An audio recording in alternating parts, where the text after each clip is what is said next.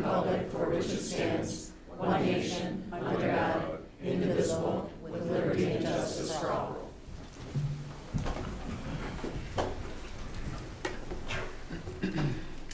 Okay, thank you. April, will you let the record show that Chris Enlow is at his daughter's banquet? Yes. Everyone else is present.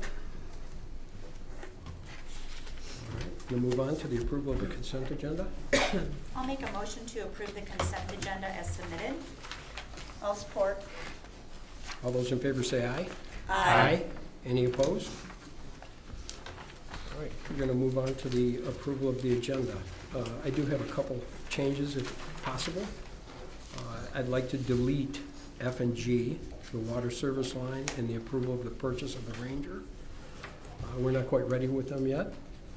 And I would like to also, if I could, move item E, supervisor's appointment to the downtown authority, to A, because the gentleman is here and that should be very quick. I'll make a motion to approve the agenda as amended. I'll support. All those in favor say aye. Aye. Any opposed? Okay, good, moving on. Announcements and communications. Anyone have anything they'd like to? Georgie's here. Georgie's here. He has an announcement. Yes. That was a good announcement. Go ahead. I was just going to say that we just approved the ballots for August, and we sent them to Oakland County saying that ours were all ready to rock and roll, so we should be getting our ballots delivered 45 days out from the election, which should be around June 20th. And once that happens, then the clerk staff starts working and gets everybody their absentee ballots out. So if there is someone that still has not applied for an absentee ballot that would like to, please stop in or give the clerk's office a call and we'll make sure you get your ballot. Okay. Thank you. Anyone else? All right, seeing none, we're going to move to call to the public. You can come up and talk about non-agenda related items if you'd like. Please take 3 minutes to do that. Give your name and address for the record.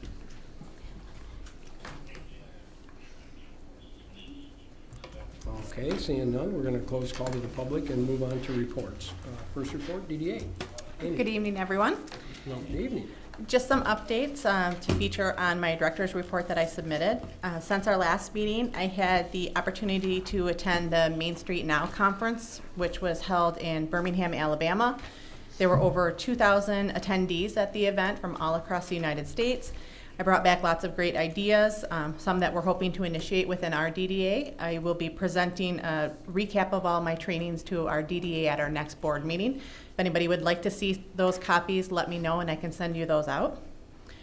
I also had the opportunity to meet with a social media contractor that the DDA Promotions Committee is going to be working with to help promote our summer event series. So you'll see some new fun posts for Music on the Grand, our Touch a Truck event, and those are being created through a third party that we're contracting with this summer. It's a trial basis, and so far it seems to be going pretty good, so we're really excited about that.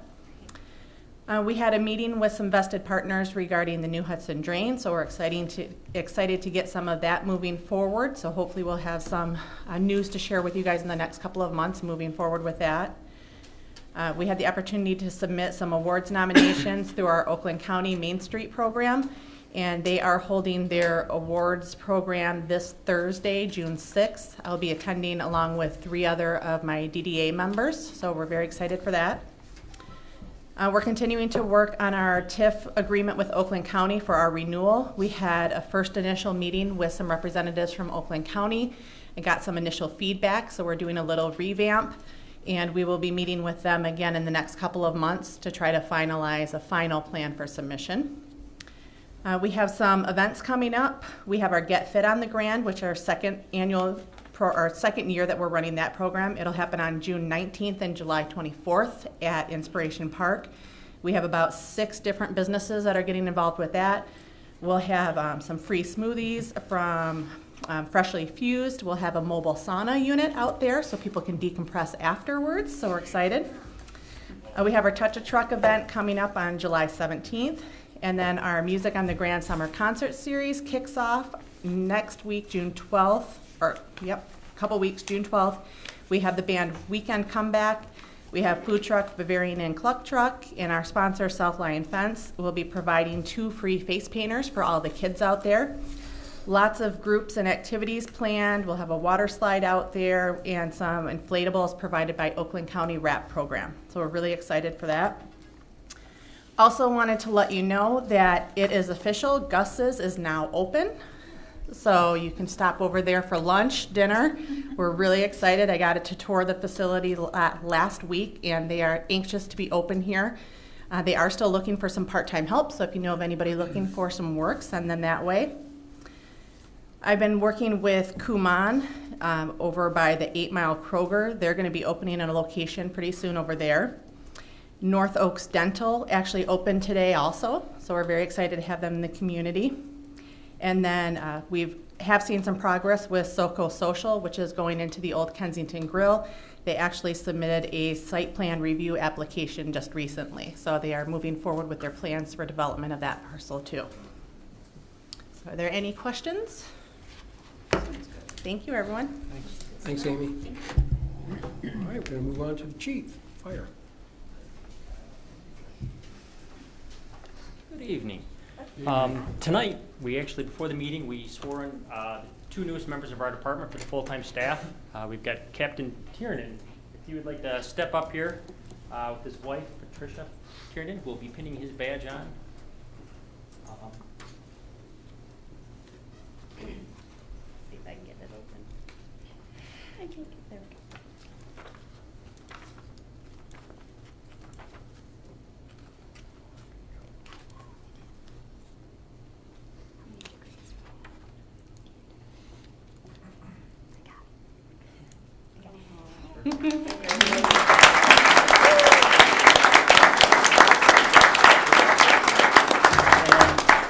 Next, we have our most recent full-time firefighter, Jonah Fanning, and his dad, Pat Fanning. We'll be pinning on his badge this evening.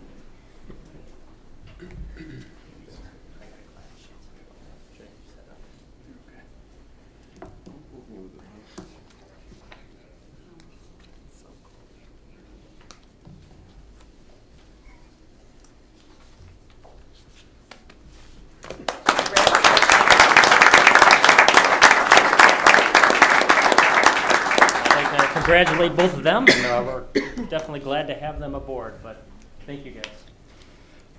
For the rest of my report this evening, I've just got a quick short report. For training, on average our team did about 8 hours per member this month. This coming month we'll be focusing on pump operations and water supply. Our run numbers are up 10 from last year. This time last year we were at 779, this year we're at 789. I'm pleased to announce that we did get an MMRMA grant for the amount of $2,625. We will receive that grant upon Fire Marshal Harbin successfully completing his staff and command class.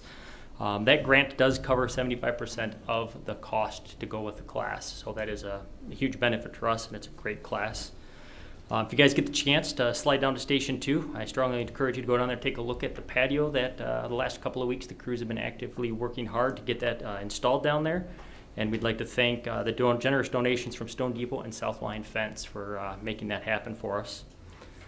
Our air compressor, we did get a new air compressor installed down at Station 2, which keeps the air pressure on the apparatus so they can run or leave in a timely fashion from the station.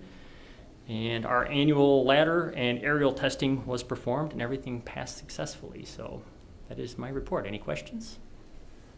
That's great. Congratulations to the new firefighters and captain, and we're so happy you're here.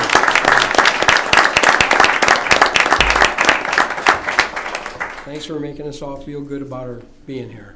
You keep us all safe. Thank you. All right, we're going to move on to the Planning Commission. All right, I'm going to pass by LT.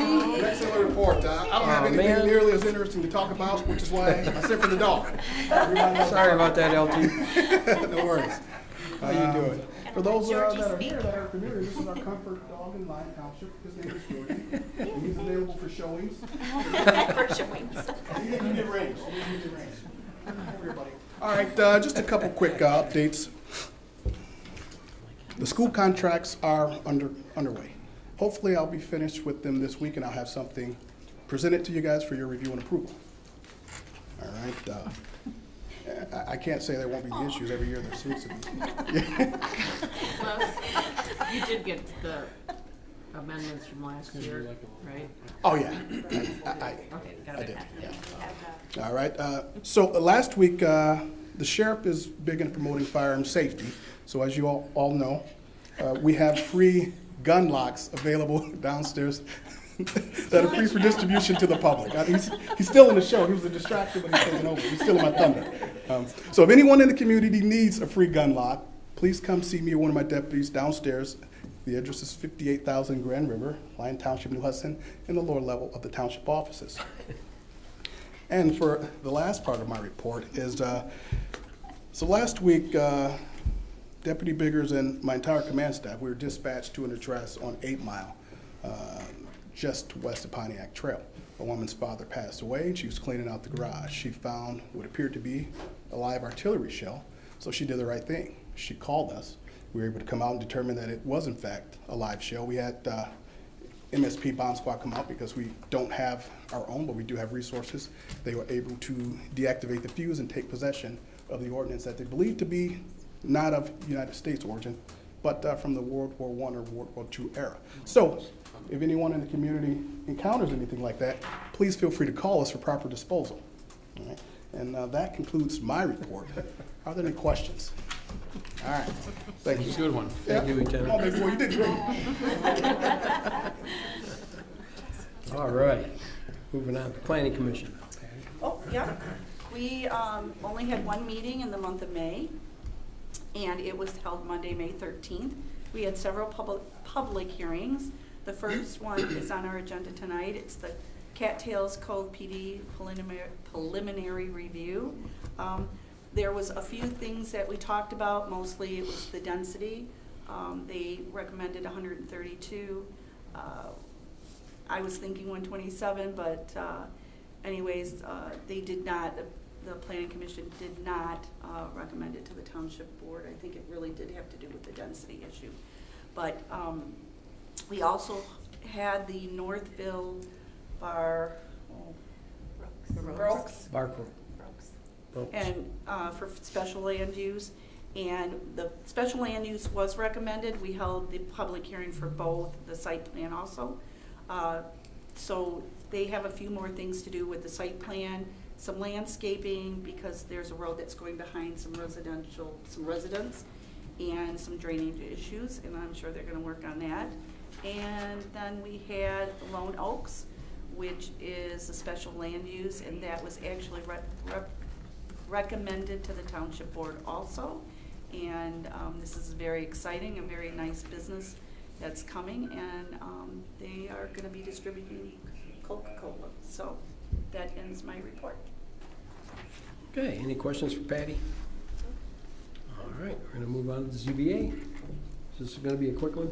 Well, yes. The May 20th meeting was canceled. The June 17th meeting is canceled.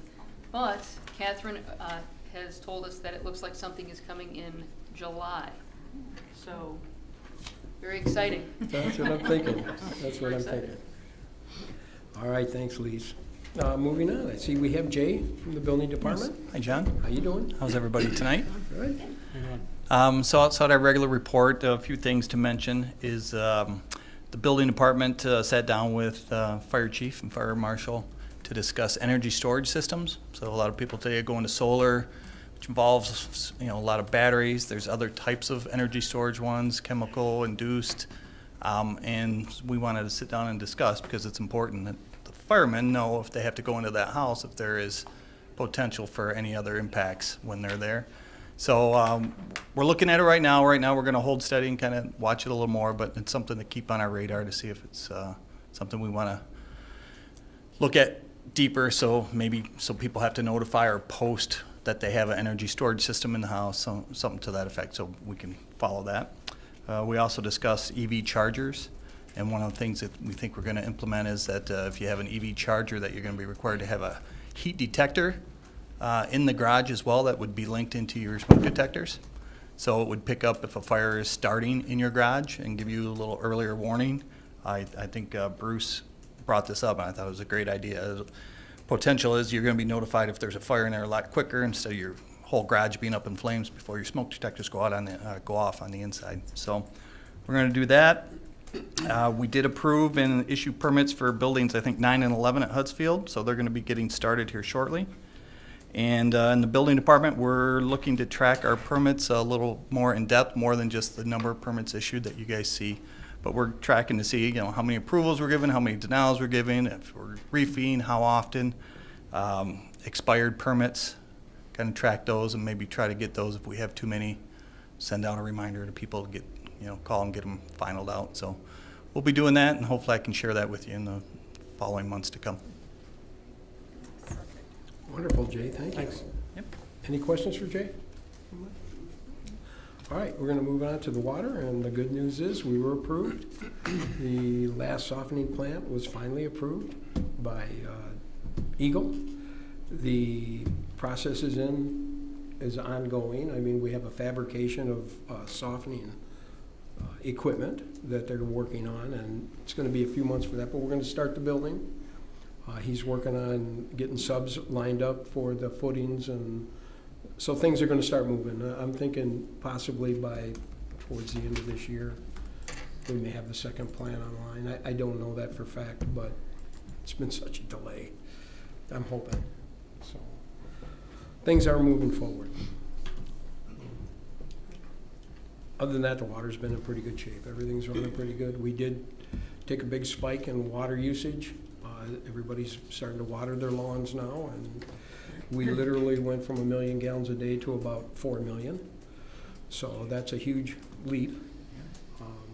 But we're handling it. It's not been a problem. Everything's been good. So any questions? Okay. We're going to move on to the unfinished business.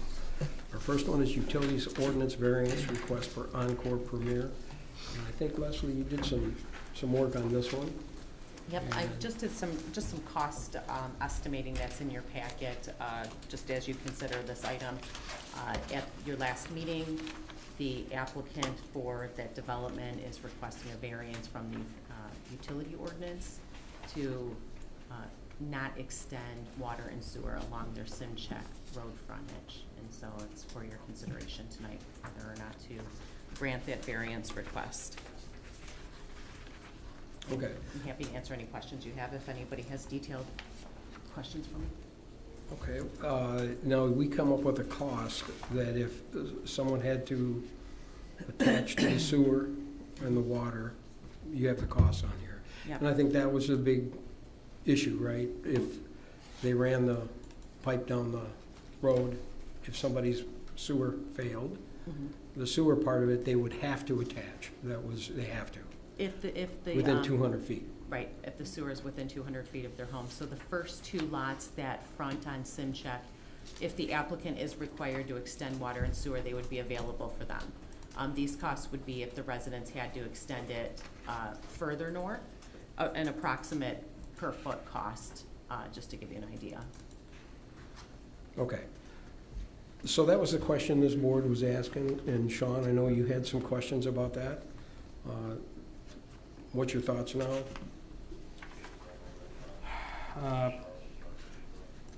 I don't know. I mean, I really want the utilities to be extended. I mean, it's a requirement. It's a benefit potentially to the neighbors, but I understand that if you're at the end of the road, really, practically speaking, the first two residents would be the only ones to benefit from this from the sewer standpoint. I still believe that having the fire hydrant on Simcheck is a safety issue, and I think that is, to me, kind of a must, at least from a fire suppression, fire safety thing. I don't know. I may be the only one, and that's okay, but Well, did you have an opportunity to think about that? I mean, wasn't it you, were you the person on those? I mean, Yeah. I mean, if we say you have to extend it, I mean, is it? Yes, my name is Balaji Satyavarpu. My address is 45498 Muirfield Drive, Canada, Michigan 48188. And we did talk about it, and as I said, like, we are concerned about the neighborhood safety and the Simcheck resident safety, and we are okay to extend between. I mean, if extend a fire hydrant we'll pull through the between two lots, and we'll put it in. We'll install the fire hydrant close to the Simcheck Road. So in case if any requirement happen to be there, so fire hydrant, we are okay to provision that one. So anybody's thoughts? So you suggest as an alternative to extending the water main along Simcheck, Exactly. instead you would tap off of your main with Exactly. a hydrant to service. To service, yeah. Right. So because this is a fire hazard, right? So we are happy to serve the requirement for the safety of the people around us. In that situation, though, it might not be available for connection if it's not along the frontage. Yep. That's a requirement for the Simcheck residents to connect also. Not as, I think what the applicant is saying is that you could come between two lots and then just have a hydrant there. That doesn't mean your residents can connect to it, though. It would just be there for fire. So just keep that in mind, too. Right, the ordinance requires it along the entire frontage.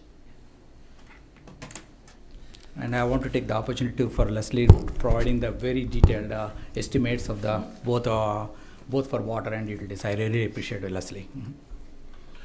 So I guess my question, since no one seems to be talking up here. I'll talk when you're done. Okay, my question is, when you put this whole project together, you knew that was part of it, and so did you have, you must have put the money in to do that, right? Yes. So Yeah. if this variance doesn't get approved, you still got to do it. And Yeah. So we are going to. That's going to be part of our engineering I plan, got which you. we are going to submit it. Okay. Yeah. Please. So Patty, go ahead. Well, I'm sorry to say, but I really think you should put it in. I think the residents are there, they came before you, and if they are in need of sewer and water, the cost would be so costly for them when it's something that should have been put in. And I feel I can't vote for waiving it. That's just how I feel, and I think the residents, if they're there and this development comes, they're supposed to benefit from that, and that's just the way I feel. In my opinion, I can't vote for a waiver. That's how I feel. Patty, Okay. I have a question about, because I feel the same way about in the future if somebody wanted to connect. I feel very strongly about the water component, but the sewer component is the part that I'm really nervous about, because then that is a requirement. If their septic field fails, they must connect. And do we know what some of the property owners, some of their feelings on that? Mr. Suda is here. I don't know, I don't want to put him on the spot, but he spoke at the last meeting, and I know this came up, and I don't know if, John, you're willing to let him come up at some point to give us feedback. I'm not saying No, now, but I'm fine. is that, I feel the same way. The I'm water 100%. fire safety thing is one thing, but Right. if the neighbors don't ever have any desire to connect the sewer, and this is just going to cause them to have to do that at a high expense on the sewer half of it, that's Because it's not gonna go concern. all the way down Simcheck. It's just gonna go those first few, with their project. yes. But it's that much closer for Correct. anybody else who might need it in the back or want it. So Right. it gets it Right. closer to them. So I have a question. If, let's say for instance, it ends here and somebody all the way at the end wants it, would they have to pay to bring it all the way down to them if the neighbor in between didn't want it? Most likely, they would petition you for a special assessment district to extend the water and sewer down to the end of the block. That's typically how extensions, when they're paid for by the residents, that would be the process that they would come in. It would be essentially a bonded project, most likely. And then what's the number of homes or the percentage of homes that would have to agree to doing that? So if there's only 51% by 51 law. Typically, the board requires more. Wasn't it 75? Usually it's Wasn't it? 75, 80. But 51% That was for is the Tanglewood, right? statute. We expected that, Right. okay. I think you've historically done that. Mhm. But Lisa, if you're at the end of the road and your septic fails and it's 900 feet away, you're not required to connect. You could Right. seek a permit from the county to replace Right. your septic, That's right, exactly. just to, yeah, So But I'm saying if somebody did want it, correct, yes. then okay. they would incur that whole cost, wouldn't it? If the neighbor in the middle didn't want it? Well, I think realistically it would be an SAD. Okay. You know, because if one person's septic starts to fail and the houses are all about the same age, there'll probably be other people interested. Or if there's a lot split available to build a home, that could prompt it. But that's what I would envision in this case, is a small special assessment district, Okay. if they were gonna be extended. And just so you understand, the reason we're having this conversation is because we're trying to help both sides. We're trying to make sure the residents get what they deserve, and, you know, if this is gonna go for nothing and dead end into nowhere, it makes a difference also. So that's the whole scenario. And that's why we're having this conversation. I mean, we could sit here and say, hey, the variance is the variance, you're done, that's the way it is. But we're trying to figure it out, what's the best for both parties, and I respect that. just so you know, that's Sure. what we're doing here. Yep, and, Okay. and that's one of the reason why I said like, yeah, because when last meeting, when it was raised as a fire concern, so we are happy to put a fire hydrant, just because we are also looking for the safety of the neighborhood and the people around us. So we are happy to provision that one, yes. Okay. Mhm. All right, so I don't know, I don't know if the gentleman, would you like to say anything before we make a motion and do this? This is the homeowner on the Yep. road. Sure, go ahead. I Thank you. mean, if you could, I'll just have him, if he wants to say a few words, we have to keep it short, we have a long meeting. No problem. I didn't mean to put you in the spot. I just, That's fine. Name is Andrew Suda, address 22655 Simcheck. Looking at the costs, I think this is the sewage aspect is a little expensive. Yeah, thank you, Mrs. Cash. Rather expensive. Understanding that those costs laid out in the letter were not really representative, because they did include a lot of footage, a lot of linear footage, which the residents would not have to be required to pay. We would have to pay the connection costs, right? Right. In the sewer lead to the main. Exactly. So looks to me roughly 6 of one, half dozen of the other for an engineered field versus a connection cost. That's just a rough estimate. My neighbor who just built their house, so that's the second property, probably about 3, maybe 4 years ago, I would assume that he would not be, my assumption, he would not be interested in this. However, I do believe, as we discussed during the last meeting, that a fire hydrant halfway down Simcheck or to those available lots would be a safety concern and also a safety benefit for all of the residents of Simcheck. Okay, well, that's very helpful, thank you. I guess. And that's basically what he offered, right? To put the Yes. fire hydrant down, so that's a great point, okay. All right. I think Mr. Swain had a question. Yeah, so the fire hydrant solution takes care of that piece, but I guess that would also mean not extending the water main, which means if your well fails, you'd be drilling another well instead of connecting to the water line. Yes. Just say that you understand that, and I guess. Understood. So you're now okay with not needing either of those as long as you had a fire hydrant? Is that what I'm hearing? Yeah, I think that's exactly what you're hearing. All right, just clarifying. Yep. Thank you. Yep, exactly. My problem, which I'll probably be speaking later, is more the traffic concern. Okay, well, thank you. Yep. Thank you. I'm still with Patty on not wanting to waive a requirement. So I'm not really interested in waiving the requirement for water, because there's no requirement for the resident to tie in if their well fails. So that's still left up to them to decide whether or not they want to have a well or they want to connect, and they can figure out the pricing of what, they're in charge of that decision. So I'm really not interested in waiving that requirement for water, but I'm still stuck on the sewer. Patty, help give some feedback on, like, what are your thoughts on that cost that somebody would incur, they would be required to tie in? Patty? You're asking me? Yeah, no, I'm asking, like, because I know you said you didn't want to waive that requirement, but I'm asking, like, I can you? think about the future, and you don't know what the future's gonna bring, and, you know, we're sitting here making decisions that this could happen down the road, and the closer you get it, to them, the less it's going to cost if they do want it. And, I mean, you could move also, and there could be a different resident there, or there could be, you know, we see a lot of things. We also have the hardship for people that we've loaned the money for. Right. When they've needed the sewer connection and or water connection, and that can be a big hardship. But if it's supposed to be there, in my mind, it should go there. And that can be a benefit to the residents. You know, again, it's. I guess I wasn't even thinking about the fact that somebody could end up moving, or, I mean, they're Well, likely yeah, gonna we're move. Lots. Same, Yeah. lots, I mean, there's, you know, you don't, one person can think something different, but if it's required and that's just my thought process, that I would feel bad if I voted to waive it and then somebody came in and said, why, I need it now, why did you do that? Right. And it's required, and that's my only, that's just my thought.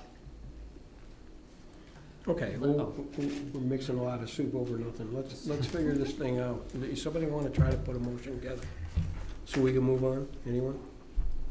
One quick Leslie question. Go ahead. Sorry, is there a reason that it would be detrimental to the system or to the infrastructure to just have this dead end sitting there? No. Okay, just. I mean, the water might be stagnant on the water main if nobody's connected because it's not moving, but that's it. Okay, but it's not gonna, cause us some issue elsewhere in the system or? It should not, no. Okay, all right. And having a hydrant there, I believe that the fire department flushes those for us, so it shouldn't. You get flushed up like once or twice a year, something like that. Okay. Less since the treatment has been added because it's not as necessary, but that's the only thing. Okay. All right, we got to move on. We got a long agenda. Somebody want to make a motion here?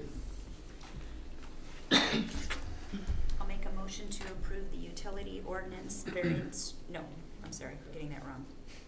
Hold on, this is a negative, right? Yes, we want them to install the utilities, so we want to approve. It would be a Decline. denial. Denial, okay, so we want to deny The waiver. the waiver. We would like them to install the utilities. Okay, I knew it was a negative. I support that. All right, we have a motion and support. All those in favor say aye. Aye. Any opposed? All right, let's move on. We have to put it in, okay? Thank you, guys. All right, we're going to move on. This is the second reading of the outdoor dining standard text amendment. I'll make a motion to approve AP 23-18. Support. All those in favor say aye. Aye. Any opposed? Okay, we're going to move on to the next item is the appointment for the downtown authority person. And we have a guy that's been working on the committees, and he's been doing a great job, and I believe he's here. And his name is Mike Casey, and everybody thinks the world of him on his committees. He does a great job. And we'd surely like to have him come to the DDA board and serve. And so I would like to appoint him to the DDA. Did you have when term was ending? What's that? Did you have when term was ending?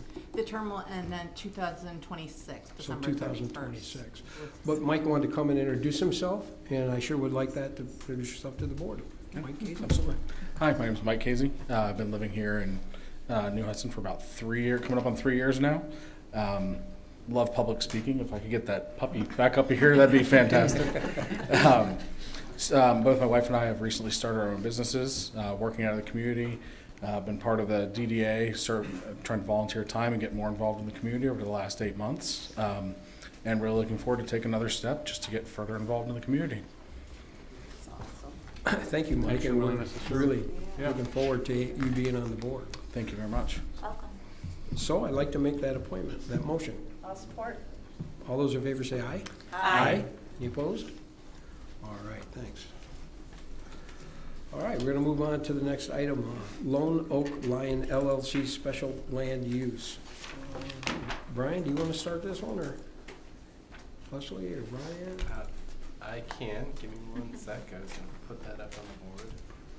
Maybe. Okay. In front of you this evening is the special land use for occupancy of a to-be-constructed distribution center, warehousing and distribution in the I-2 district. This would be the first unit or first lot of the South Hill Business Park West on the west side of South Hill Road, south of the Wabasto building, so south of Grand River. Wabasto would be just to the north. This is the New Hudson Drain. That would separate those two. So warehousing and distribution uses, they're permitted in the I-2 district. They're really the only reason that this is in front of you is because it's part of your wellhead protection overlay district. We've reviewed the standards, and the Planning Commission held their public hearing earlier in the month, as Patty had mentioned. There were no concerns associated with meeting the special land use standards nor your wellhead protection overlay district standards in the zoning ordinance. The Planning Commission did not hear any negative public comments regarding the project, and therefore made a recommendation to approve the distribution center. I think I failed to mention that the applicant itself is Breas, and they distribute Coca-Cola products throughout the region. I think that's all I need to tell you at this point. Okay. I mentioned the Planning Commission recommended approval. We support this recommendation. All right, Leslie, you want to add anything, or are you good? I'm good. Okay, this is just a wellhead protection, Correct. special land use. We have to do this each time. Well, the applicants are here, and they have a presentation if anyone here would like to see that. But if you do not, this is just a special land use for a wellhead protection, and it's totally up to you. They were willing. They're here. Very nice gentlemen. Quick question. They'll occupy the entire 393,000 square foot building with this operation? Yes. Okay. Yes. It's a great It's great use. it's really a good use. And with wellhead protection, if it spills, they'll just be carbonated water. It'll taste like Diet Coke. Just have a fizz to seltzer. it. Right. They were so nice. They sent us That was they nice. sent for our office, and it was everybody was very delighted, especially me and John. Well, It's very nice. I'll make a motion to approve AP 24-47, which is a special land use for Lone Oak. I'll support that. Any further discussion? All right, all those in favor say aye. Aye. Any opposed? Great. Great. Thank you, guys. Thank you very much. And thanks for the Coke. Yeah. You're welcome. Appreciate that. All right, we're gonna move on. Consideration of resolution to approve intergovernmental agreement for the lease for the library services between Lyon Township Library and Charter Township of Lyon. Well, this one's been a long time in the making. And we're finally there, and I'm very happy. So basically, and I know Carol and everybody and the team from the library has really worked hard on this, and there was a lot of hurdles, and I think we've gotten over them all. And so now we just need to make a motion to approve the lease and get these people moving. I mean, Sounds we're good. ready to make the motion and move this forward. Is that a motion? Sure, I'll make a motion to move this forward. Support. All right, all those in favor say aye. Aye. Any opposed? Let's build a library. Let's build a library. Hey, it was a lot of work, but we got there. Thank you, guys. Appreciate it. Thank you. Sweet. All right, we'll Ollie, move we're gonna on. work on that bonding now. Next step. Yes. All right, let's move on to Cattails Cove Plan Development, preliminary review. Brian? Yes, thank you, John. The project to redevelop the Cattails Golf Course on 9 Mile Road, just east of Griswold Road, has been through several iterations over the past year and a half, maybe even 2 years. The project today, as it sits in front of you, is a proposal for 127 single-family homes on the 160-acre site. The Planning Commission the Planning Commission on May 13th held the public hearing for the project. But one item that I'd like to clarify, as noted in our letter, is the project at that point at the Planning Commission meeting was for a 132 unit plan. The applicants have since revised the plan prior to this meeting. So we've not done a full planning review, but it's substantially similar to what we have reviewed in the past. Of course, we'll do a full site plan review prior to the final stage of the review, but at this point, the project is 127 units, all single family. There are 2 different size lots as depicted on the site plans. There's 2 different color yellows if you are discerning on the plan here. And Patty mentioned this in her report from the Planning Commission meeting, but the Planning Commission did vote to recommend a denial of the project on a 4-2 vote. At least one of the planning commissioners voiced the opinion that if the project had been at 127 units, it would have been one that they could support. And the 127 units is an important number, I think. And the rationale for 127 units is that this parcel is part of the Southwest Sanitary Sewer SAD and was assessed for 127 units in construction many years ago. And so, well, you'll note in our review that the parallel plan shows, I believe, a total of 81 units on the project due to all the wetlands that are on the site. 127 is what was originally anticipated when the SAD was created. Based on the review of the 132 lot plan, which I believe still applies here, our only other comment for consideration is that there is a proposed 25-foot separation between the homes. Your ordinance calls for 30 feet of separation, but allows the Planning Commission and the Township Board the discretion to waive that. For some reference, 25 feet of separation between the homes is a lot larger than many of the projects that you've been presented with in recent years. So we can support that from a general land use trend standpoint. I think that's all I need to comment on this point in time above and beyond our written review, but if you have any questions, I'm happy to take them. Okay. Thank you. Thanks, Brian. Leslie, do you want to add anything to that yet? Just a couple things. For your discussion tonight, one item to think about is the Woodlands of Lyon, which is located on the north side, extended a frontage path. Not sure if the board would want to see a mid-block crossing connecting those 2 pathways if the project moves forward, so just something to consider. And then we would recommend that if the project moves forward, that we evaluate the existing golf cart paths before final PD, because they may need to be reconstructed depending on their condition. And we made the request that the developer remove any old boardwalks or footbridges over the wetlands as part of the project, and they have done that with the plans that are in your packet. So that's all I have in addition. Okay. What was the first one you said?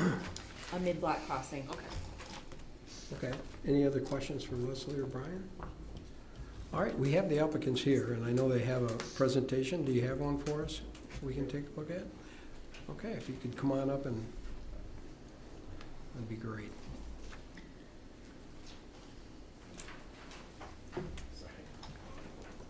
Gentlemen, if you just want to give me a pointer when you want the slides switched. I'm happy to do that. Thank you. Thanks, Brian. Good evening. Tony Moscone, 1586 Rockfield, Troy, Michigan. Thank you, Township Board. I'll try to keep this brief. I think we only have 10 minutes. But from the onset, Cattails Cove was designed with the thoughts of continuing as we are as a core. It's a golf course activity, people getting together. And this is sort of what we're evolving into as a development. Folks still getting together, whether it's family, friends, whatever the case may be. But instead of playing golf, as you can see on the drawing, we've got a little bit over 5 miles of pathways throughout the golf course. Extremely scenic. That lower portion there, I think, entails about 60% of the property is open land. It retains its beautiful nature. It's very serene, very scenic. It's rolling hills, wetlands. A majority of the trees are kept on that lower portion. We made a point where it curves there on the southeast corner to keep one of the tall oaks that's still there. So a lot of that is still there. It's just not necessarily as a golf course. It'll just continue on, hopefully, as a development. Some things I wanted to touch on real quick, as Brian sort of did the overview there. From our last time with the Planning Commission meeting, we had a lot of feedback, so we took that feedback. We went to the Road Commission of Oakland County and talked to them with regards to sight lines. On our eastern border, the road 9 Mile does rise up. There is a driveway east of us, so with that all in mind, we moved, as you can see the curvature of that eastern drive, we moved that entrance about 133 feet west to help out with that. With that, we reduced the lots by 5. We got to the 127. At the same time, our neighbor to the east was a little concerned about barbecues in the backyard being a little bit too close to our house. So as you can see, those lots were even slid over. So hopefully we addressed a lot of the concerns from the last meeting. And obviously the most important one was the density going to 127. And the quick thing on the SAD, I sort of heard some of the discussion here early on. Going back in my memory, which is getting worse and worse, back in the day, I was on the Lyon Township Road Committee, and there was a lot of chat back then with regards to annexation. I clearly remember, and I'm looking at Patty, where some of our surrounding communities were coming in and maybe coincidentally having their development a little bit in the township and a little bit in their community. And then when the township couldn't come over with the water and sewer needed, or the density needed for that development, that community annexed part of Lyon Township. And that was a big deal. That was happening a lot at that time. This is in the 90s when things were booming. So coming up with thoughts and sidebar conversations, somebody came up with the SAD, and that was moved forward. So here we are as a golf course. By then we're a going concern. We didn't necessarily have to get in on that. We were going just fine with water, or I'm sorry, with well and septic. But being 160 acres, being involved with the community, knowing what probably we should do and understanding the situation that we're in as a golf course is a key component, we did it. And we raised our hand and we stepped up. Fast forward to 2008 and 2009 and the calamity and the economic crisis that we ran into, it was a bear. We had to make a lot of sacrifices. I lost a couple good key employees at that time to sort of get through it, but we did. We stepped up and we continued on and we prevailed. So here we are today, hopefully explaining some of our situations. Alan Green's going to get up and speak a little bit for us. I forgot to introduce our group, but Alan's part of our team. Fadi is our engineer. James is part of our landscape engineering. Leo's helping us out with brokering a deal with our neighbor across the street, hopefully. And then who's not here today is Brad Strader. He's also helping us, but he's in Carolinas on work. So, thank you, Alan. All right, thank you. I'm Alan Green. I'm counsel for the developer here. We were before you some time ago, and I think as Tony said, our philosophy was really twofold here. I mean, one is preserve the golf course's, best features. And so you could see, I don't think I've seen another development that has this amount of open space relative to the property itself. And if you look through, I don't know if you have the package before you. If you look through, there are vistas, and those vistas they're real photographs. They're photographs of what the people that would live here would see. It's unbelievable. So 95% of the lot's about open space. And we have an extensive rural view shed along 9 Mile Road, which we are committed to pave as well. So people driving along 9 Mile Road are not going to see anything.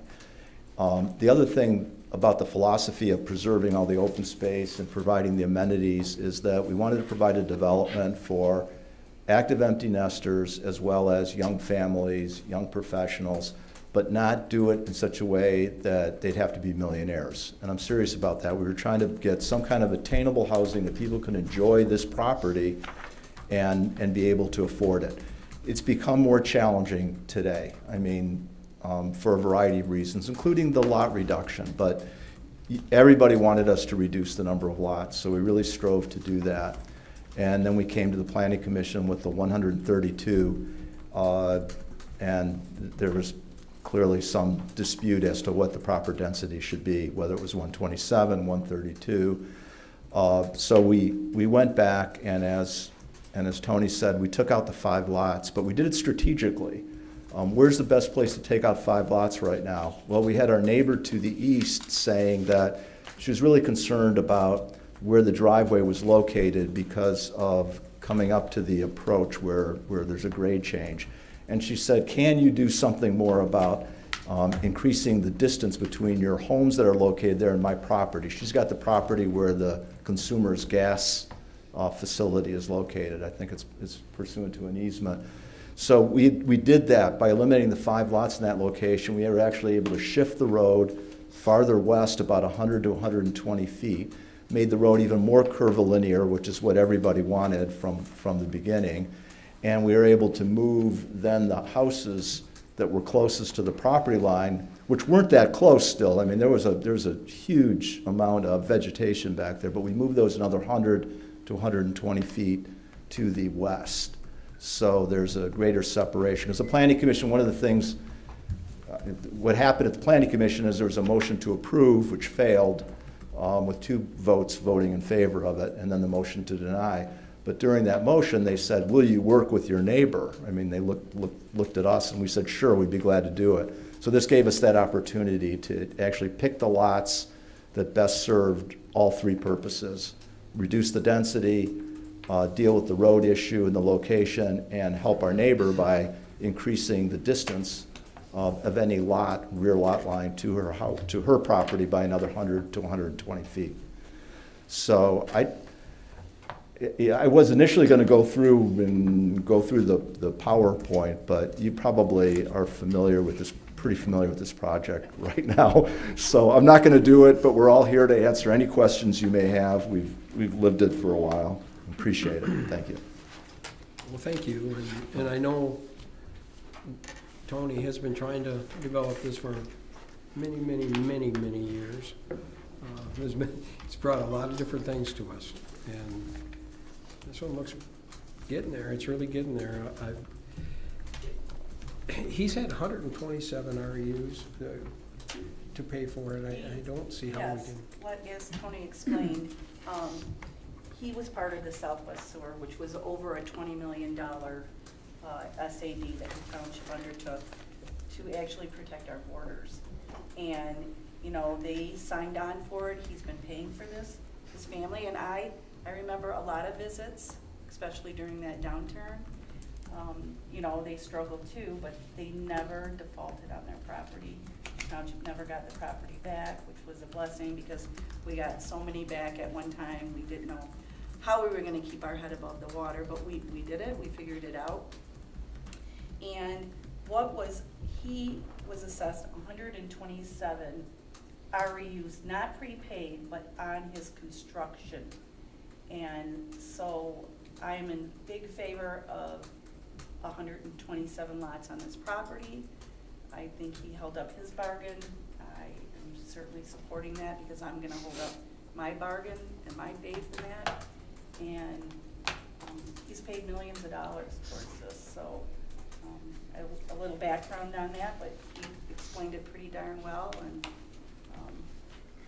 it's a beautiful project if you really look at it. And Patty, I was going to ask you, obviously you're our liaison to the Planning Commission, and as Alan just mentioned, and as we all know in reading the minutes, it sounds like there was a split vote. But I mean, is it your feeling that had they been presented, and obviously we all respect and appreciate the Planning Commission and their role in this, so I agree with everything you've just said, but would it also, for the record, I guess, be fair to say that had they been presented with this revised plan, which addressed some of the issues that were discussed, that it would have gone differently with that tone and the sentiment? I actually believe it would have. Okay. I do. And I had to be a no vote, which I didn't like doing, but I would be committed to 127, and I think some of the other planning commissioners, I think they actually did feel, they might have not said it, but I heard some rumblings after, and I think it would have been a positive recommendation to the township board in my assumption. So I think it was just that 5 lots but yeah, I do, and it's beautiful. Just seeing those view sheds was really your team did a great job. You and Alan and Leo and Bobby. I mean, you did a great job because people don't get to see that kind of stuff, and once you see it, boy, you could buy a lot back there. It's gonna be beautiful, and you're right, I don't think people will notice it, other than a little more traffic, but they're going to the golf course anyways. I mean, now these will be homes and. We've seen a couple of iterations over the years, and this is, to me, by far the most appropriate and the best looking one. I think I looked, and there are maybe 2 lots that don't back up, 2 corner lots that don't back up the common area, and most of them have pretty clear area beyond the lot where the open space is able to be, enjoyed. So I definitely agree. I think this is the best layout we've seen, and I'm supportive of it. Lisa? No, I like the background, especially the, comments about how we were at a point where we were really trying to preserve, protect our borders from other communities annexing our township property. I mean, we all enjoy the lower township taxes, and we want to maintain those township borders. And so I feel like the township made a commitment with this property, saying that they estimated 127 REUs would be appropriate, and I feel it would be unfair X number of years later to come back and say, no, you need to reduce that density. So I feel like it's important to maintain that that agreement. You agreed to pay for those to commit to those 127, and I feel like the township should uphold its other side of the bargain. And I also want to commend you because you are really focusing in on making sure that you are working with the neighboring properties, people who have been here for a long period of time. And any time that we have developers who have done that, I've appreciated that, because when someone sees a development next door, they want to make sure that they've maintained their privacy and maintained their view shed. So I appreciate that, and those are my comments. Okay. Robert? So just to clarify a little more in my head here, Patty, so what they paid for was their share of basically constructing the mains. That's correct. They would still have to construct all of the on-site things and pay the connection fees. And pay the REU fees, yes. Okay. They did their fair share, and we did it differently back then. Then they took actually the acreage, the usable acreage, and that's how they came up with it. We don't actually do that now, it's a little different, but Okay. 16 years ago, that's the methodology that we used to assess REUs. They could have, and actually at the beginning, they were going to pre-purchase their REUs, they were. And then, which now, hindsight, you kind of did the right thing, because that would have put a huge burden on them. If they pre-bought 127, that downturn hurt a lot of people. And so, like, I love what Lisa said, that I feel like we should hold up our bargain to them, because they certainly held up their bargain to us. But yes, they have to still buy their REUs up front and run their utilities within their development. Okay, and thank you. You also touched on my other piece that was going to be of how did we come up with 127. So I guess, I mean, looking at it again, it is, aesthetically it's a nice thing. I really like, large contiguous open space that's actual useful habitat and things like that being preserved. So I don't think it's necessarily too much for the site, but I am a little stuck and conflicted on the fact that by our current ordinance, and we're looking at, compared to the parallel plan numbers, it is a big jump. And so that leads me back to saying, instead of saying, okay, we need to reduce the 127, it shifts me over to looking at, okay, do our benefits account for that bonus? And I'm a little stuck there. So I guess in terms of things that enhance those benefits, we're talking about this being publicly accessible space and pathways. But as it stands on these plans, I'm looking at it and saying, well, who can actually get to that to use it? And not necessarily a lot. So to me, one thing would be that mid-block crossing would be definitely a good thing to have, because that at least means the people on the developments on the north side have access. But in looking back through some of the notes, I read something, and this is testing your memory again here maybe, but it appears as though there used to be a tiny little trailhead And I'm just curious if I can get background on like when that went away and why. Yeah, we had a trailhead there, and some parking and some landscaping and Yeah, it seating looked area. like, maybe like 4 Right. cars or something. Right. That was really shut down, not by us, but I think mostly by the Planning Commission and some of the comments that were raised during the review process. So we eliminated that, but we put the amenities that were located there within the development. And you're going to have a pathway there, and anybody can ride their bikes, they could drive in, they could access the pathways. We also then were asked to connect to the development to our west, and so we modified our plan to do that. I mean, doesn't exist yet, but I think it was an approved development, no one's built it. And that was a little difficult because their road was already planned there, and we didn't have the flexibility of working with them on the design, so we modified our design to accommodate that. It wasn't us, it was just, there were lots of issues about, having that public area there, that concerns were raised about, not by us exactly, but by concerns of maintenance liability. It attracted, people trying to park there and overload it. So just seemed to be better to open development. It's connected to other developments. There'll be sidewalks and pathways, and people can go in there and enjoy the development.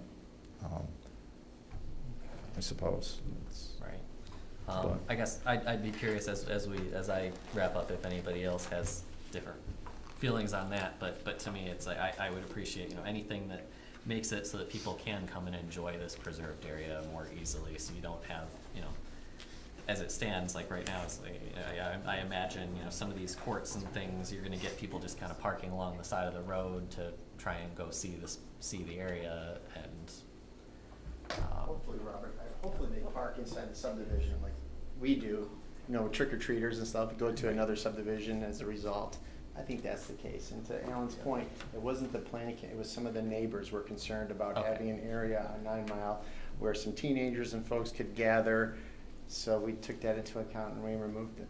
There's just also to add, like, if you're familiar with the West Bloomfield Trail system, the rail trail, there is an area that's there's a parking lot. It's a beautiful area where you go off the trail into woods, off bike. And I don't know if anybody's familiar with it, but one way to get to it, the parking lot's always full, so I go there a lot, and we all park, we just go in the neighborhood streets, and people park and walk there. No one seems to mind that you do that. Everybody knows, the people that care about it know it's there, and they could access it. So we thought that's how it would work here. yeah, I mean, I guess, when thinking about that, as I look at this again, you do have stretches where there aren't, necessarily a lot of homes, so I think you could have space to allow that. And I know this would probably be a stretch, but I'm gonna mention it anyway. It looks like a lot of the traffic safety concerns focused on that hill on the eastern edge. And I drove out there recently myself, and it is like I tried turning on and off of that next private drive, and it is a little shaky there.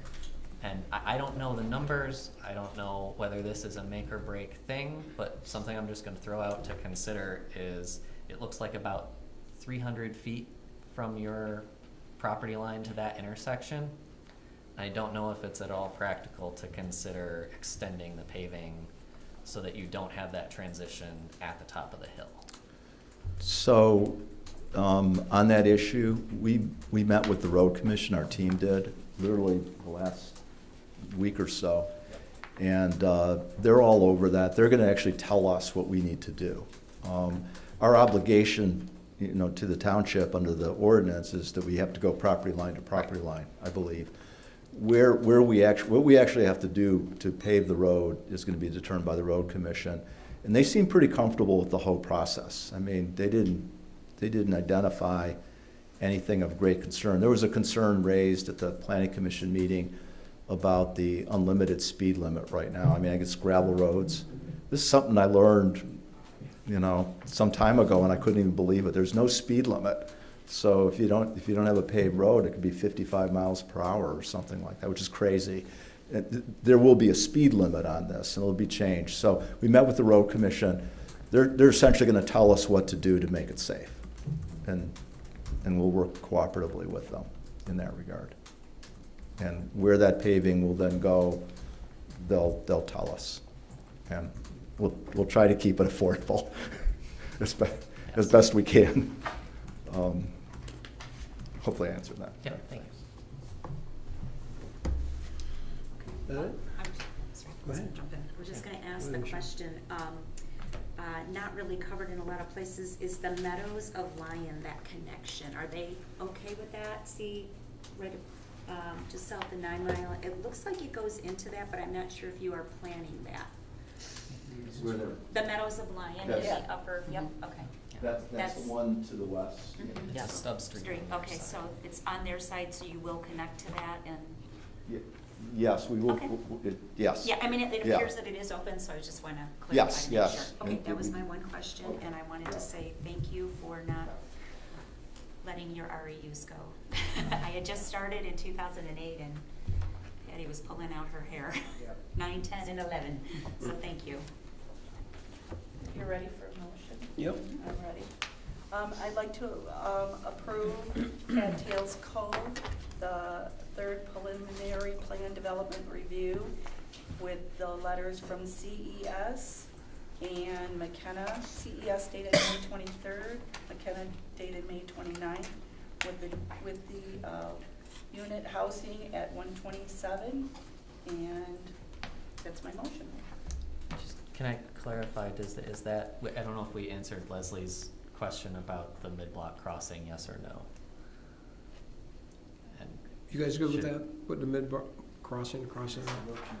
again, if they allow it, That's I not would up to us. prefer. Yeah, that's the road commission. Yeah, we told that it's in our materials that we said if the township desires it, we'll pursue it with the road commission. We just don't know if the road That's commission fair. will allow that. Okay. Yeah, Okay. absolutely. I'll add that. Okay. Yeah, okay. If they allow it.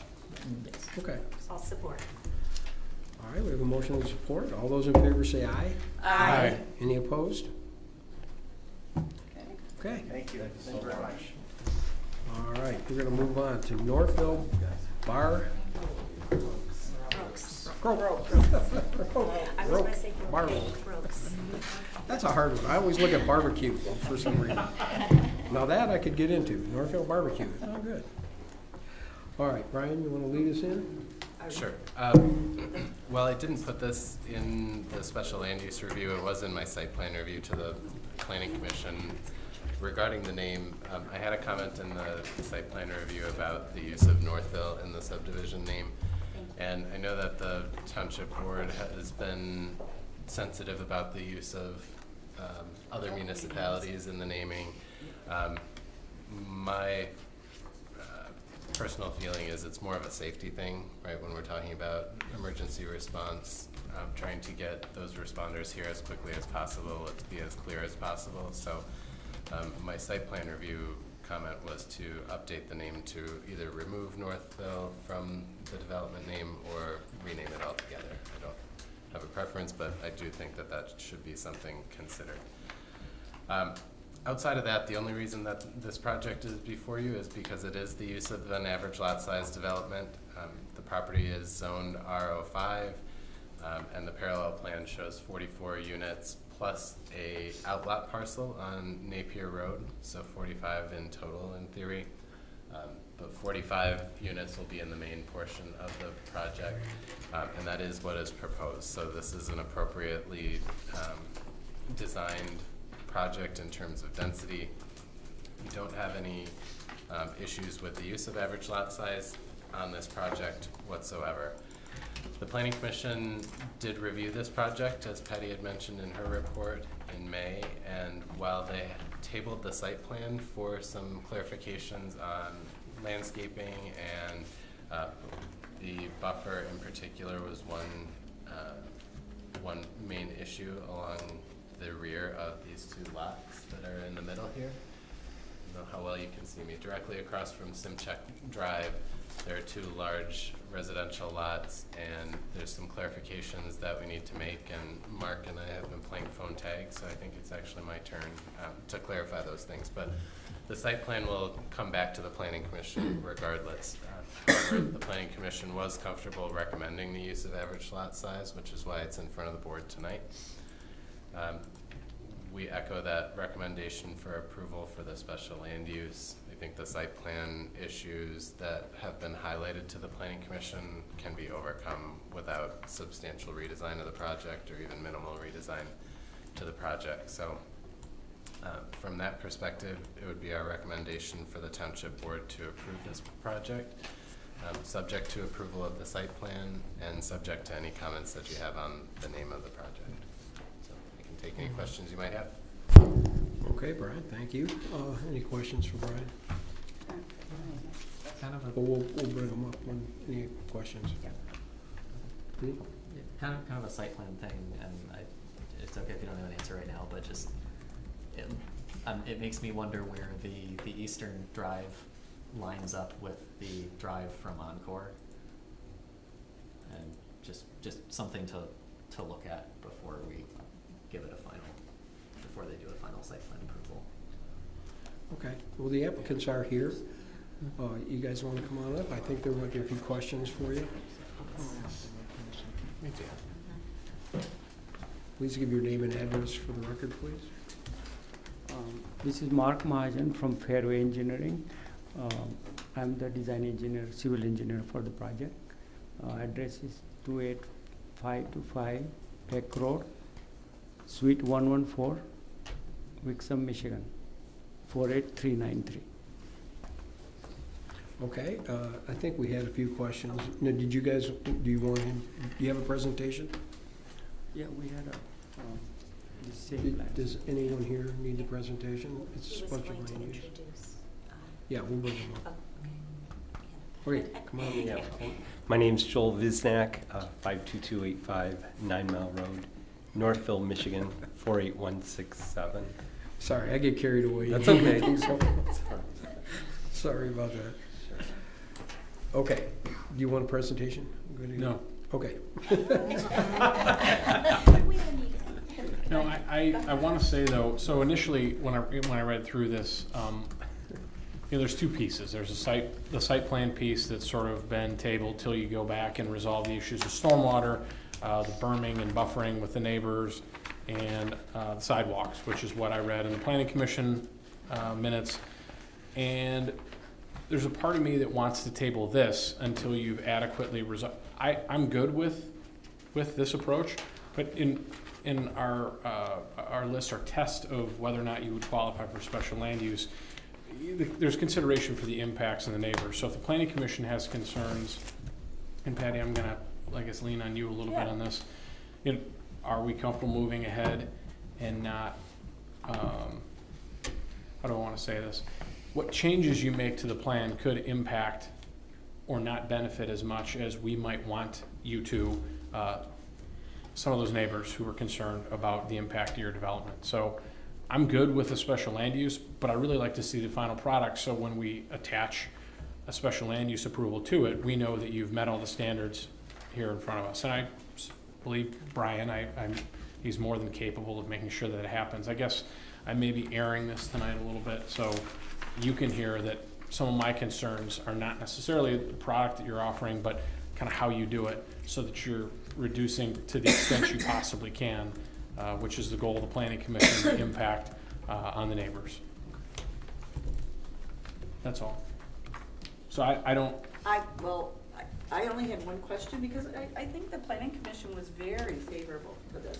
Sure. It was more that, because we held a public hearing, the neighbor was very concerned about plantings.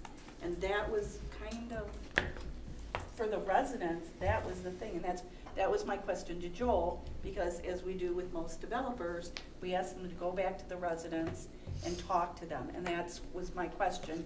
Were you able to do that, and were you able to talk to that neighbors? Well, I think that we were looking for some clarification from Brian, and we kind of went back and forth, and so that's where we ran into a problem.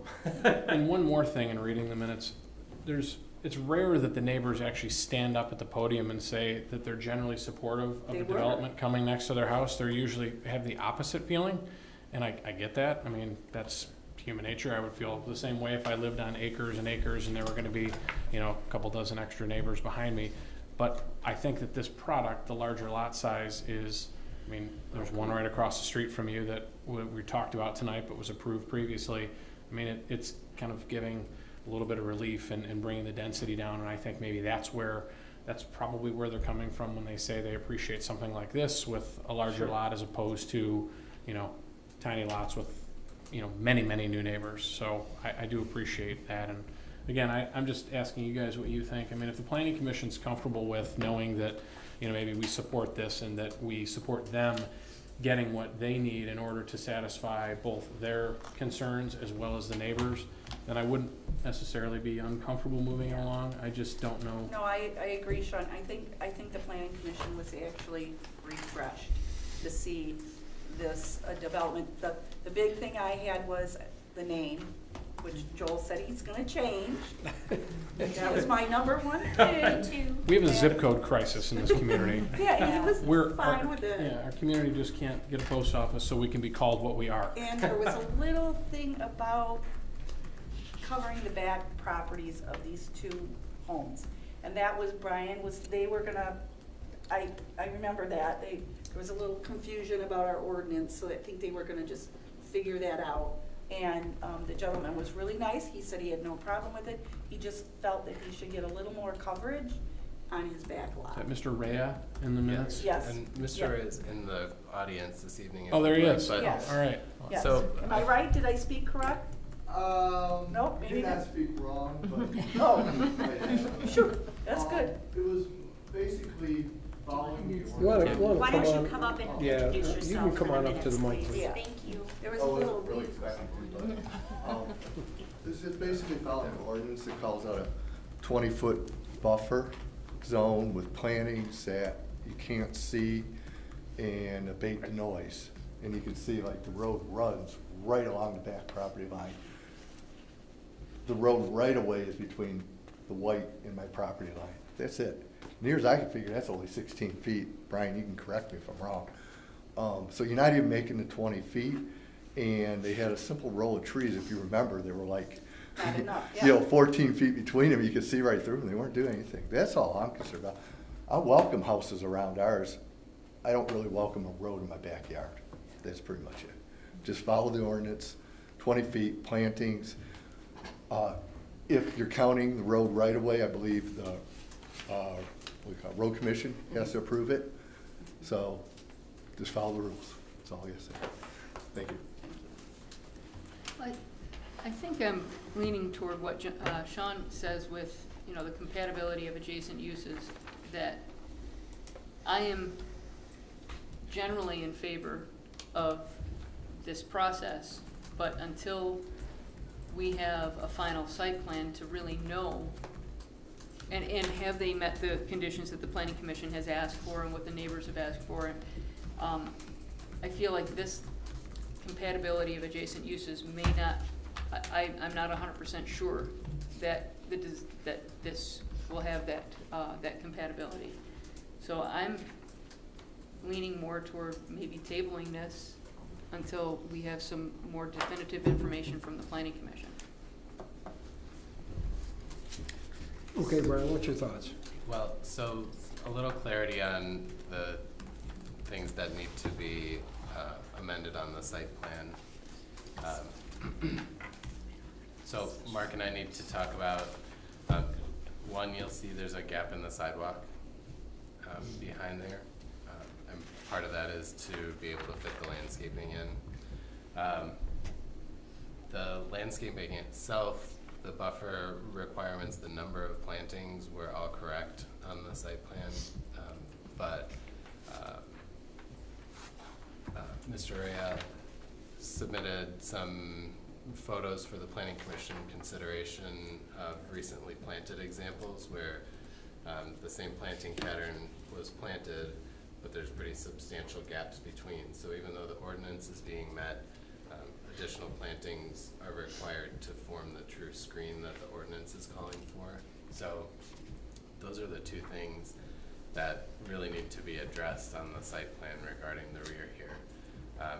And there is room in the right-of-way, within the right-of-way, to maneuver the road slightly if it needs to be.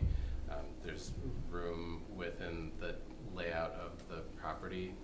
This is an open space here, so it's possible that some of these lots get maybe a little bit wider and a little bit squatter in order to allow the road to dip down and achieve those things. So what we're going to be looking for at the Planning Commission more is there a second row of trees to provide the more thorough screening, and is the sidewalk going in there? I don't think that they're necessarily difficult things to achieve, and that's what the Planning Commission is going to confirm with an updated set of plans. I think they're relatively minor and don't really change the ruling at this level, because at this level you're basically saying, yes, we think it's appropriate for you to use these smaller lots in reserve in exchange for some dedicated open spaces. That's really what we're asking of the board tonight. I just am worried about the impact, and I know sure that I trust the Planning Commission will get it done, but, and I know I don't want to get too far into the design, but the sidewalk, I mean, if we're going to shift the road, we can pull the sidewalk back out to where it's almost right behind the curve for that small stretch, so that way Mr. Ray's tree, I'm calling them his trees, but the trees would be between the sidewalk and his property line, so there's not this weird tunnel of, you know, people walking, right? I mean, you're going to pull it back to the south and then plant the area right along his property line? Correct. And we already have some correspondence from the Road Commission saying that they will review the landscaping within the right-of-way, but in general they don't have an issue with landscaping being planted in the right-of-way in a residential subdivision like this. So I'd say in concept their comments were supportive of the idea of having this required buffer yard there. Or maybe not opposed is the better way to phrase that. My goal isn't to hold them up, it's just to impart the level of importance, at least in my opinion, for getting this stuff resolved, and I expect that, you know, both you and Patty will be able to carry that back to the Planning Commission if everybody's comfortable with that, and then Joel and Mark obviously are hearing loud and clear that, you know, we've got to get these things taken care of.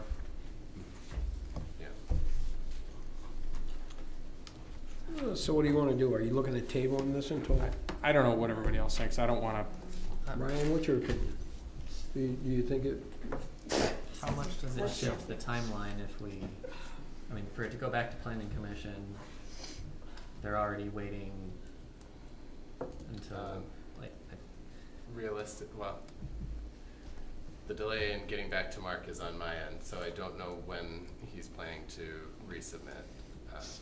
But if we wait, the Planning Commission has 2 meetings in the month of June. We haven't set the agenda for either of them.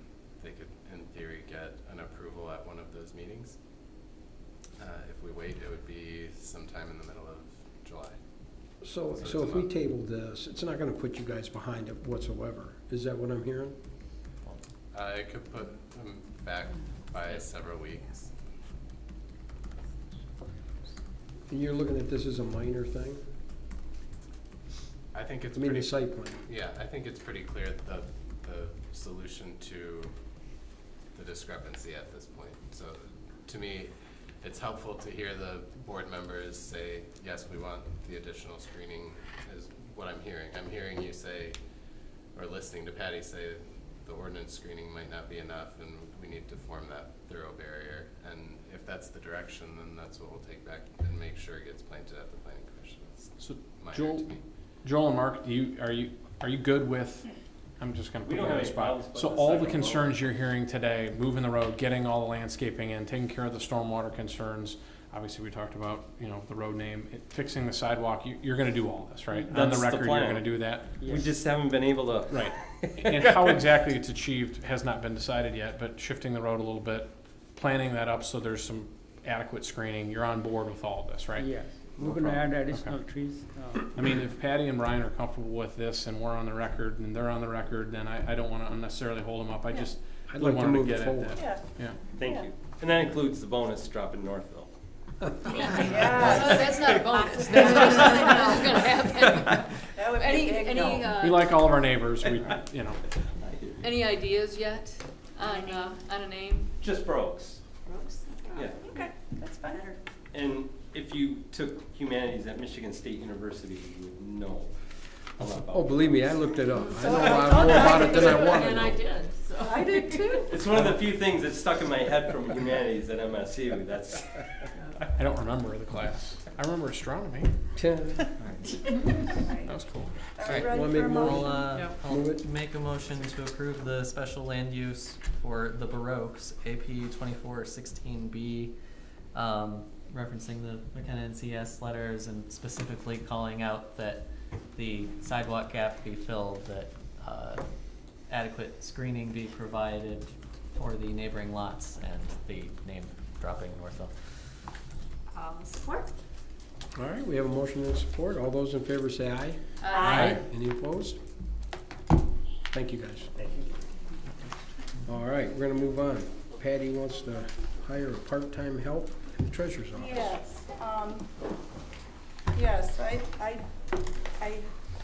I know once you told me, maybe twice, maybe a lot more, but if you ever needed help, well, I'm finally at that point. So I would like to hire a part-time person, 2 to 3 days a week at the most, mostly to do some data entry for me, but to also help in the office. So if we need people for lunches, vacations, a little extra work in the clerk's office, a little more work in the building department, any of that time, that person could fill in and help us out.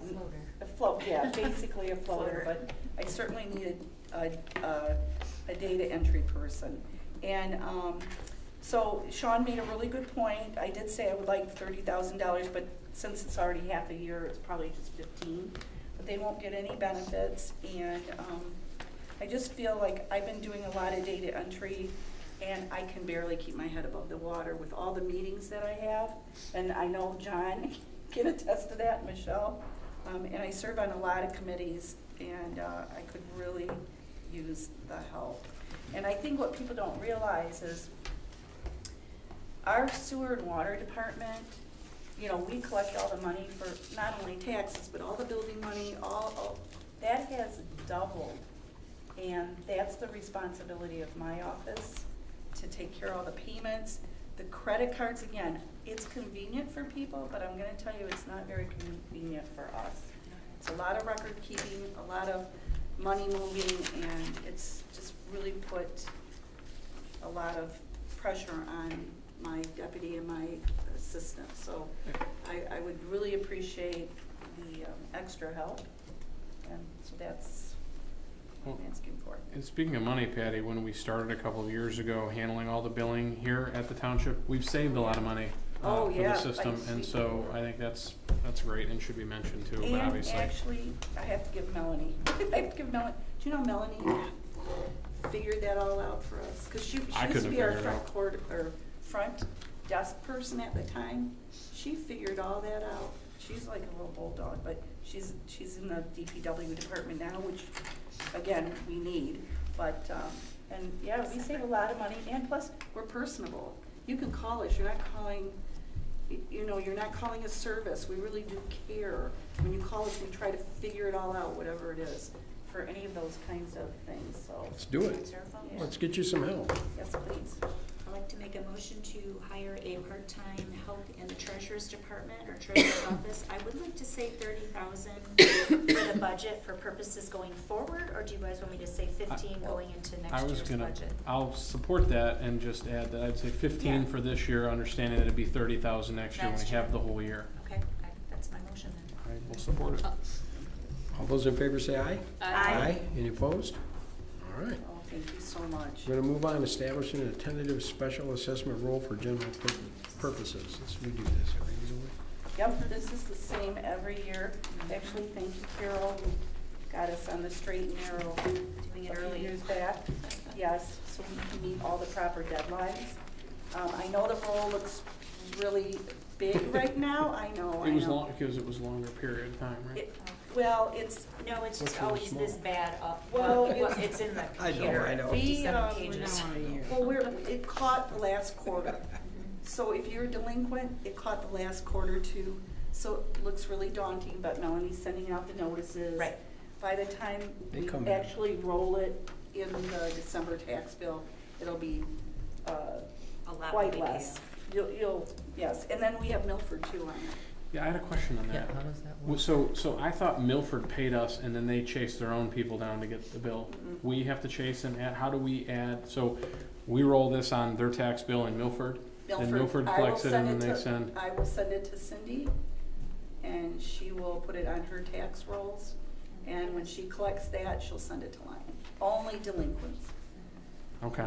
Yep. That's a We shame have- they can't just pay us and then They chase don't- their own residents They around don't, for. they don't have this system to do that, they just do not. Maybe in the future they can Maybe chase their own they- residents and around. maybe they for will, their you know, bills. that Yeah. might be something that they may wanna do. Okay. You know, when they get more people, if Well, you think you're about now, it- you need that help so you can go over there and chase those people around and pay their bills in Milford.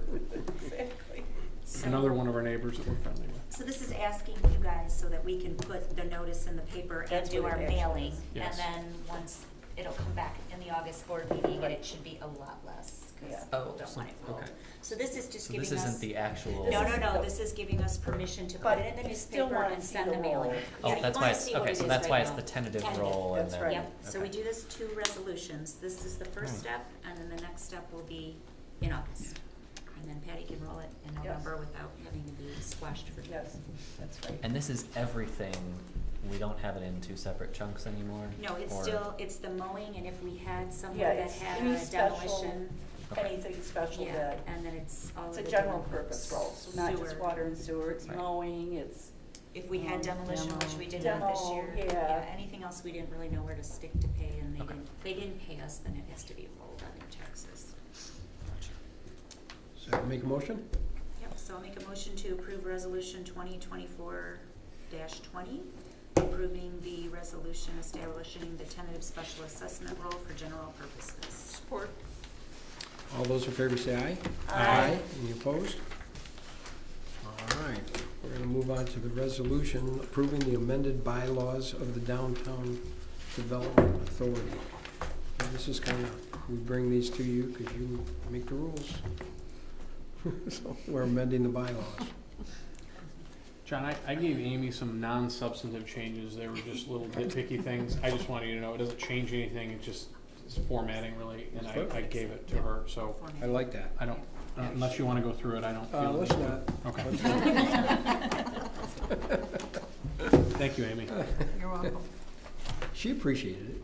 It wasn't, I think it was just old that way. I mean, Yeah. it was like in high school probably when they were changed last, like 10 Probably years ago, was. right? 10, 15 years ago, yeah. Being very generous, thank you. Anybody like to make a motion, get this moving, or got any questions? I'll make a motion to approve resolution number 2024-21, approving amended bylaws of the Downtown Development Authority. Support. All those in favor say aye. Aye. Any opposed?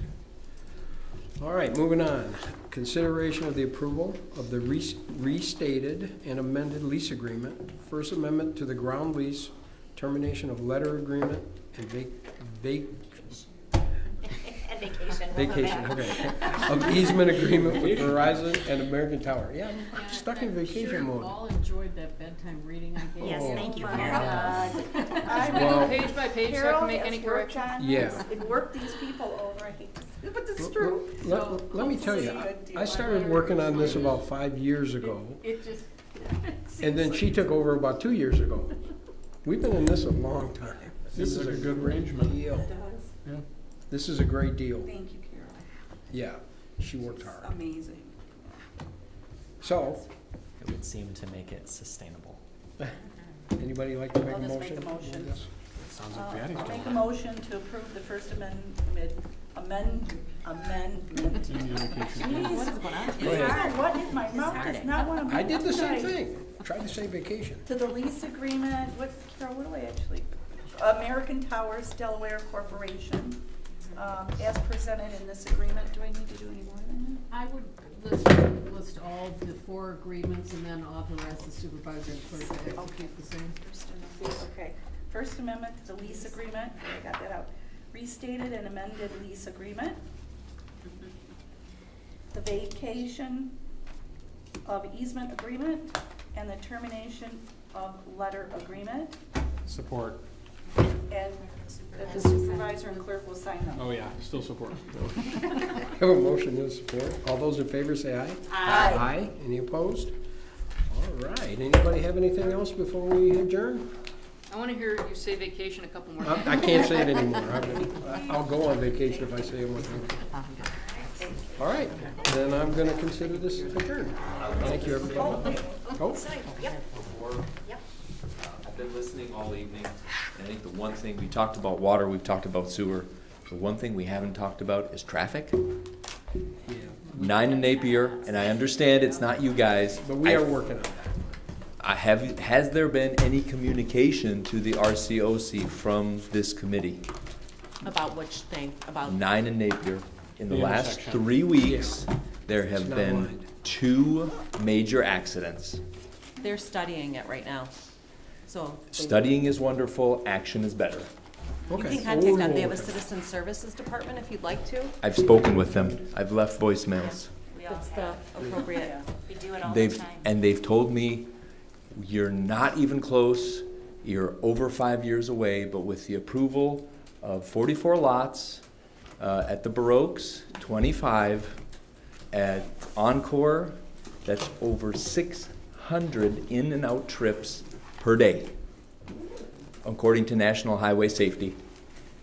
The police officers, the fire departments are going to be overrun, guys. We need to do something.